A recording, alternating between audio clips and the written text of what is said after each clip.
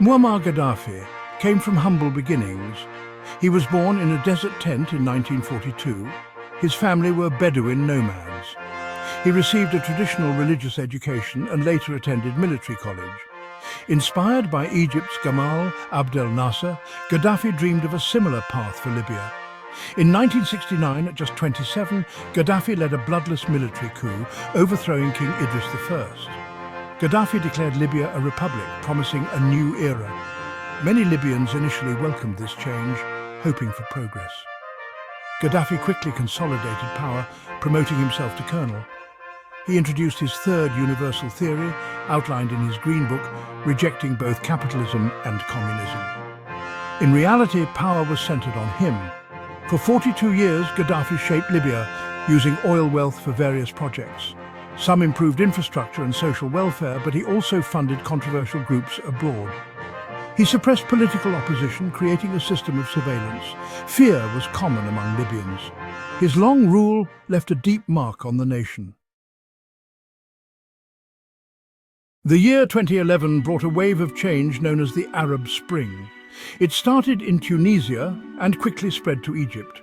People demanded freedom and an end to corruption. In Libya, frustrations had been simmering under Gaddafi's long rule. Young people faced unemployment and few opportunities. The country's oil wealth did not benefit everyone equally. Inspired by Tunisia and Egypt, Libyans hoped for change. News spread quickly through satellite TV, the internet and social media.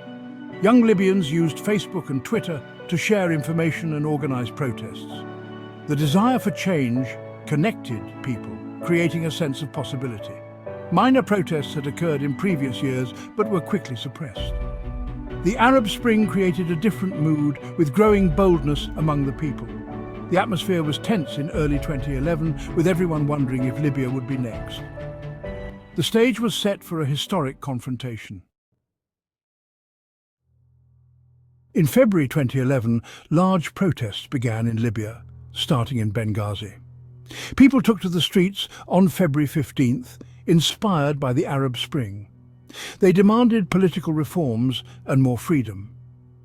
Initially, the protests were peaceful, but the government's reaction was not. Gaddafi's forces used live ammunition against protesters, killing and injuring many. This harsh crackdown shocked Libyans and drew global condemnation. Instead of crushing the protests, the violence fueled them. More people joined, angered by the government's brutality. The calls for reform turned into calls for Gaddafi to leave. Opposition groups formed the National Transitional Council, NTC, as an alternative government. Rebel fighters started to take control of towns and cities, especially in eastern Libya. The country was rapidly dividing, and a full-scale conflict seemed inevitable. What started as protests became a civil war. Libya was split between Gaddafi's forces and the rebels. Gaddafi remained defiant in Tripoli, vowing to fight to the last drop of blood. The fighting became increasingly brutal, with many lives lost on both sides. The world watched Libya with growing alarm as Gaddafi's forces advanced on rebel strongholds. Fears of a massacre in Benghazi grew. International leaders condemned the violence and called on Gaddafi to stop attacking his own people. Diplomatic efforts failed, and the pressure for foreign intervention grew. In March 2011, the UN Security Council passed Resolution 1973, authorizing a no-fly zone over Libya. This resolution allowed member states to take all necessary measures to protect civilians. NATO took command, and a coalition of countries began military operations, including airstrikes against Gaddafi's military targets.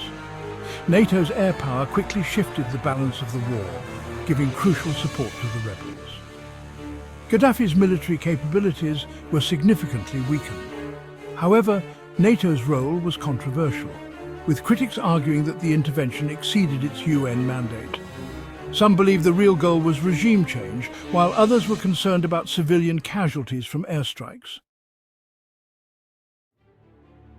With NATO's air support, rebel forces advanced towards Tripoli. Gaddafi's regime showed signs of collapse, with many soldiers defecting. The rebels gained momentum throughout the summer of 2011, capturing key towns along the coast. In August 2011, the rebels launched their offensive on Tripoli, entering the city with surprising speed.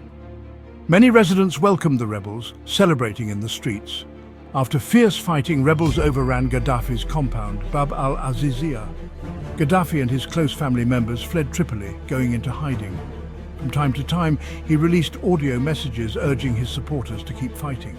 A manhunt began to find him, with the NTC offering a large reward for his capture. The NTC faced new challenges in establishing order and security in Tripoli. Pockets of Gaddafi loyalists continued to resist, and fighting persisted in some parts of the country. The NTC worked to form a new government and sought international recognition and support. After the fall of Tripoli, Gaddafi's remaining forces retreated to loyalist strongholds, including Sirte. Sirte, Gaddafi's hometown, became a key battleground. The battle for Sirte was long and bloody, with intense street-by-street fighting. NTC forces laid siege to Sirte for weeks, facing stiff resistance from Gaddafi loyalists. The conditions for civilians trapped in the city were terrible, with shortages of food, water and medicine. It was widely believed that Gaddafi was in Sirte, inspiring his fighters. In mid-October 2011, NTC forces launched a final push to capture the last pockets of resistance. Gaddafi loyalists were pushed into smaller areas, and the city was almost completely under NTC control. For Gaddafi, there was no escape route left by land or sea. His long rule was truly coming to an end. On October 20th, 2011, Gaddafi and his remaining loyalists tried to flee Sirte in a convoy. The convoy was heavily armed but soon spotted from the air. NATO aircraft struck the convoy, causing chaos and casualties. Gaddafi and some of his guards survived the initial strike and sought cover in a drainage culvert. NTC fighters quickly converged on the area and a firefight ensued. Gaddafi was discovered hiding in the drainage pipe. Mobile phone footage showed Gaddafi alive but injured, surrounded by angry fighters. The exact circumstances of his death remain controversial, with some reports suggesting he was executed after being captured. Officially, NTC officials said he died in crossfire during a gun battle. His body, along with his son Mutassim's, was publicly displayed in a cold storage unit in Misrata for several days. The news of Gaddafi's death spread quickly, prompting a wide range of reactions globally. Many Western leaders welcomed the development, seeing it as an opportunity for a democratic and peaceful future for Libya.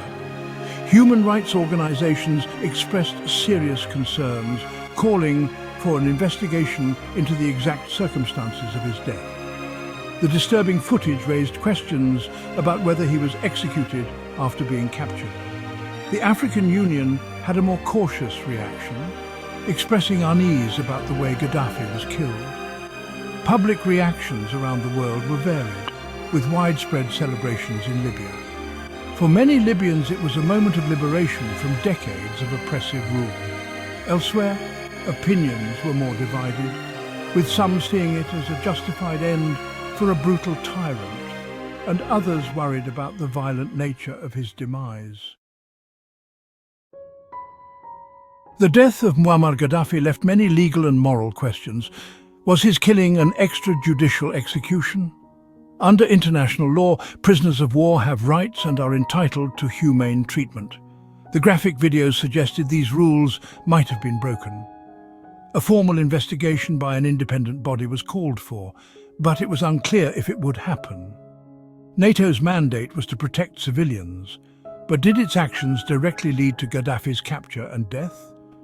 The manner of his death seemed to reflect a desire for revenge, raising uncomfortable questions for the international community and Libya's new leaders. The aftermath of Gaddafi's death was complex for Libya, with a power vacuum and various militias unwilling to disarm. Libya descended into further conflict, and the transition to a stable democracy proved extremely difficult. Gaddafi's rule and his violent end cast a long shadow, with his legacy being one of authoritarianism and division. His death had implications for international politics, highlighting the complexities of humanitarian intervention. Libya's struggles continued long after Gaddafi was gone, serving as a stark reminder of the challenges of change.